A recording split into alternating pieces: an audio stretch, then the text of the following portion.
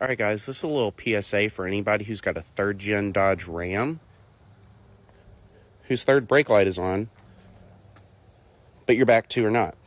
I went through a multitude of things trying to figure out what went wrong. There's not a lot of information online, and I don't really know why. I first started with replacing the turn signal switch, which can have an effect on this. That wasn't actually my issue, but I'm going to go over what did fix my taillights. First thing you're going to want to do is use your T20, take out these 2 bolts. Right here, you just have the taillights pull straight out. And when you come out here, you got 4 parts. When you pull it out, you've got your taillight lens, your bulbs, your circuit board, your wiring harness.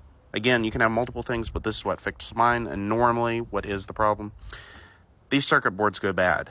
Either they get wet over time, or you have some corrosion and the connections are broken up. Anyway, for about $20 per board from either Amazon or O'Reilly's, this fixed my issue. I would start with a bulb if you have an issue, because that's normally what the main problem is, but I would not start replacing wiring issues. I would go straight to this. You can test it, but most people don't want to go through all the effort. The next thing that I would go over is if you have a headlight out. Now, on this case, I had only one high beam out. Now, you can have your low beam out or just one side out entirely. There can also be a multitude of issues with that, but this is typically what the issue is. You got 2 pieces here. You got your fuse box, and this little metal piece of here, this is your FCM. Let's see if you can see it. This right here. Now, this connects to the side of your fuse box. Now, I want to tell you just a quick fix. It's not a long-term fix, but it'll get you going down the road in a pinch.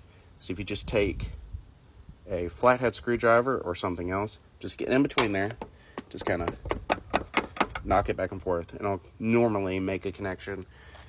It'll work for a little bit, but ultimately, you're going to have to replace this FCM probably, or this fuse box. It can be either, like I said, but this is about a $500 part. This is about a $125 part.